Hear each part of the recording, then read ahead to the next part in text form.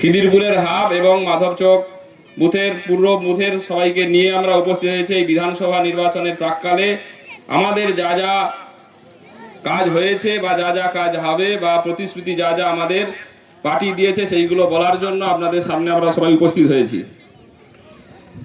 আপনারা প্রত্যেকেই সমস্ত সংগ্রামে মা কাকিমারা সবসময় বাগচা গ্রাম পঞ্চায়েতের বিজেপির নেতৃত্বদের সাথে আছেন এবং তার প্রমাণটাও দেখিয়েছেন এই 3 দিন আগেও। সমস্ত মাতৃশক্তিদেরকে বঞ্চিত করেছিল এই লক্ষ্মী ভাণ্ডারের। আগস্ট মাস থেকে মাতৃশক্তিদের লক্ষ্মী ভাণ্ডার বন্ধ হয়েছিল বাগচা, গজিনা এবং ময়নার টোটাল 14,700 জনের। তার উত্তর এই 3 দিন আগে তৃণমূল কংগ্রেস যারা বন্ধ করেছিল তা পেয়ে গেছে। তার জন্য প্রত্যেক মা কাকিমাদেরকে আবার আমার পক্ষ থেকে অসংখ্য ধন্যবাদ। এবং তার সঙ্গে সঙ্গে বলি, লক্ষ্মী ভাণ্ডারের টাকা আমরা আপনাদেরকে কথা দিয়েছিলাম, শুধু লক্ষ্মী ভাণ্ডার নয়, যা যা প্রতিশ্রুতি, যা যা গভর্নমেন্টের পরিষেবা আছে তা সমস্ত কিছু আপনাদেরকে পাই দিতে বদ্ধপরিকর থাকবো আমরা। তার সঙ্গে সঙ্গে তৃণমূল সরকারে যারা এখানে আছেন বা যারা এই এলাকায় এসে বিভিন্ন রকম ভুলভালভাবে মানুষদেরকে বোঝাচ্ছেন, আমি তিনাদের উদ্দেশ্যে এবং আপনাদেরকে প্রত্যেককেই শুভবুদ্ধি সম্পূর্ণ মানুষদেরকে দুটো চারটি কথা বলছি। প্রত্যেকেই দেখেছেন এবং সোশ্যাল মিডিয়াতে দেখছেন আমাদের হিন্দু সম্প্রদায়ের মানুষদের প্রতিনিয়ত বোড়াল লাগোয়া এলাকাগুলোতে বিভিন্নভাবে অত্যাচার করা হচ্ছে। হরগোবিন্দ দাস থেকে শুরু করে বিভিন্ন মানুষের উপর নির্যাতন করা হচ্ছে। এবং তার সঙ্গে সঙ্গে দেখছেন যে তৃণমূল কংগ্রেসের কাছে দুটো প্রতিশ্রুতি ছাড়া আর অন্য কোনো এই প্রতিশ্রুতি এই 26-এর নির্বাচনে নেই। কোনো রকম অন্য কোনো প্রতিশ্রুতি নেই। সেটা হচ্ছে 1 নম্বর প্রতিশ্রুতি লক্ষ্মী ভাণ্ডার, 2 নম্বর প্রতিশ্রুতি হচ্ছে যুবসাথী। তাহলে আমাদের এই যে মাতৃশক্তি শুধু কি 1,500 টাকার লক্ষ্মী ভাণ্ডার নিয়েই কি তাহলে বসে থাকবে? তাদের সুরক্ষা কে দেবে? বিজেপি সরকার বলছে 2026-এ বিজেপি সরকার এলে প্রত্যেক মা কাকিমার অ্যাকাউন্টে প্রত্যেক মাসে 3,000 টাকা করে অনারিয়ামে ঢুকবে। তার সঙ্গে সঙ্গে মাতৃশক্তিদের সুরক্ষার দায়িত্ব বিজেপি নেবে এবং প্রত্যেক চাকরির ক্ষেত্রে বা পড়াশোনার ক্ষেত্রে 33% কোটা থাকলো। মানে প্রত্যেক চাকরির ক্ষেত্রে 100 জনের মধ্যে 33 জন আমার বোনরা বা দিদিরা যারা যারা পরীক্ষাতে অংশগ্রহণ করবে 33 জন মাতৃশক্তিদেরকে চাকরি দিতে থাকবে, বাধ্য থাকবে বিজেপি সরকার। এবং তার সঙ্গে সঙ্গে গর্ভবতী মায়েরা যেটা 5,000 টাকা করে সেন্ট্রাল গভর্নমেন্ট দিত, সেটা এককালীন 21,000 টাকা করে সরকার দেবে। তার সঙ্গে সঙ্গে সরকারি বাসে যাতায়াত ফ্রি মাতৃশক্তিদের জন্য, তার সঙ্গে সঙ্গে ট্রেন ব্যবস্থাতেও ফ্রি। এবং পড়াশোনার ক্ষেত্রে বিভিন্ন স্কুল কলেজে পড়ার ক্ষেত্রে বিভিন্ন উচ্চশিক্ষার ক্ষেত্রে মাতৃশক্তিদের বা বোনেদের 33% কোটা বরাদ্দ করেছে।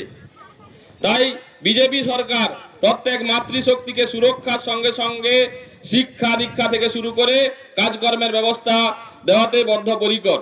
এবং তার সঙ্গে সঙ্গে যিনারা বয়োজ্যেষ্ঠ মানুষ আছেন বা আমার যুব সমাজের ভাইরা যারা আছে, যারা শিক্ষিত সমাজের মানুষ, দেখেছেন আপনারা প্রত্যেকেই 15 বছরের তৃণমূল সরকারের মাত্র একবার এসএসসি হয়েছে, দুবার টেটের পরীক্ষা হয়েছে, কোনো রকম আর কোনো চাকরির পরীক্ষা হয়নি।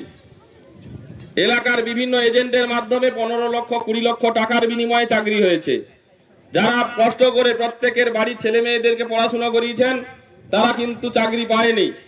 কেউ ফিশারিতে কাজ করছে, কেউ পান চাষে যুক্ত, কেউ ভাটার কাজে যুক্ত, এমএ পাস, বিএ পাস, কেউ পিএইচডি করে এইসব কাজ করছে বা কোনো কোম্পানির কাজ করছে বাইরে গিয়ে। তাই বিজেপি সরকারকে আনতে হবে, যাতে যেখানে দেখেছেন যেখানেই বিজেপি সরকার হয়েছে তার সঙ্গে সঙ্গে সেই রাজ্যে ইন্ডাস্ট্রি এসছে, কলকারখানা এসেছে, যাতে আমার আপনার প্রত্যেকের বাড়ির যারা পরিযায়ী শ্রমিক আছে বা যারা শিক্ষিত সমাজের মানুষ আছে তারা যাতে এলাকাতে কাজ পায় এবং তারা যাতে প্রত্যেক সপ্তাহে মাসে অন্তত নিজেদের পরিবার পরিজন আত্মীয় স্বজনের সঙ্গে দেখা করতে পারে, তার জন্য বিজেপি সরকারকে আনতে হবে। এবং তার সঙ্গে সঙ্গে বলি, ডেভেলপমেন্টের যা কিছু বাগচা গ্রাম পঞ্চায়েত থেকে পাওয়ার আবাস যোজনার বাড়ি থেকে বিজেপি করার জন্য বা বিরোধী করার জন্য প্রচুর মানুষ বঞ্চিত হয়েছেন। এখনো অবধি প্রচুর মানুষ বাড়ি পাবেন। আমরা বদ্ধপরিকর, দায়বদ্ধ যে যাদের এই এলাকাতে বাড়ি নেই, যারা বাড়ি পাওয়ার উপযুক্ত, তাদেরকে বাড়ি দিতে বিজেপি সরকার বা বাগচা গ্রাম পঞ্চায়েতে আমরা প্রত্যেকেই বদ্ধপরিকর বা দায়বদ্ধ। এবং শৌচাগার সেন্ট্রাল গভর্নমেন্টের যে স্বচ্ছ ভারত মিশনের যে শৌচাগার রয়েছে, শৌচাগারও অনেকের বাড়ির প্রয়োজন আছে। সেখানেও আমরা প্রত্যেক বাড়িতে যাতে শৌচাগার হয় তার জন্য দায়বদ্ধ। এবং তৃণমূল সরকারের সময় জব কার্ডের ক্ষেত্রেও বিরোধী দেখে দেখে জব কার্ড দেওয়া হয়নি।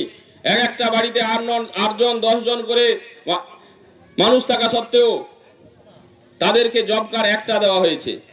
সেই কাজটাও বিজেপি আমাদের যে গ্রাম পঞ্চায়েত চলছে আমরা করতে দায়বদ্ধ থাকব। প্রত্যেকটা বাড়িতে ফ্যামিলি ওয়াইজ জব কার্ড যাতে হয় তার জন্য বদ্ধপরিকর।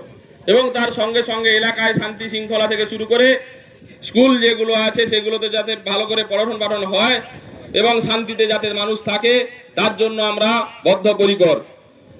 এবং তার সঙ্গে সঙ্গে বলি, বাগচার প্রচুর মানুষকে কেস দিয়েছে তৃণমূল সরকার সহ পুলিশ প্রশাসন, অত্যাচার করেছে, বিভিন্ন লোকের বাড়িতে এসে বাড়ি ঘরদর ভাঙচুর করেছে।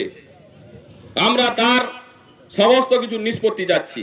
আমরা বাগচার মানুষ, আপনারা না যদি সহযোগিতা করতেন, বাগচার মানুষ না যদি জাগতেন, 23 সালে কোনোদিনও বাগচা গ্রাম পঞ্চায়েতের পরিবর্তন হতো না।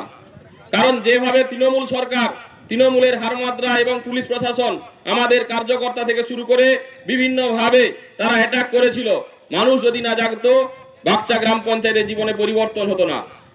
এবং এই কৃতিত্ব পুরো মানুষের, বাগচার মানুষের। কারণ বাগচার মানুষ বুঝেছিল বাগচা গ্রাম পঞ্চায়েতের পরিবর্তন করলেই তবেই সমস্ত কিছু সুযোগ সুবিধা থেকে সমস্ত কিছু সুযোগ সুবিধা পাওয়া সম্ভব সহজেই।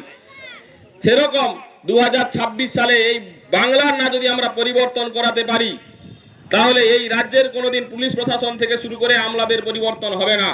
তাহলে আমরা যতই গ্রাম পঞ্চায়েতের পরিবর্তন করাই না কেন, মূল পরিবর্তন করাতে হবে রাজ্যের। এই রাজ্য থেকে তৃণমূল সরকারকে বিদায় দিতে হবে এবং যে কাজটা আমরা 18 সাল থেকে শুরু করেছি এই 26 সালে সেই কাজ সমাপ্তি করতে হবে। এই এলাকা থেকে প্রচুর সংখ্যক লিড আমাদের প্রিয় প্রার্থী অশোক দিন্ডা মহাশয়কে 23 তারিখ সকাল সকাল গিয়ে 1 নম্বর বোতাম টিপে পদ্ম ফুলে ভোট দিয়ে জয়যুক্ত করবেন, এই আবেদন আমি এই এলাকার সমস্ত ভোটারদেরকে, মানুষজনদেরকে বললাম। এবং তার সঙ্গে সঙ্গে বলবো, জাতীয় জনতা পার্টির মনোনীত প্রার্থী অশোক দিন্দা স্বাগতম। স্বাগতম স্বাগতম।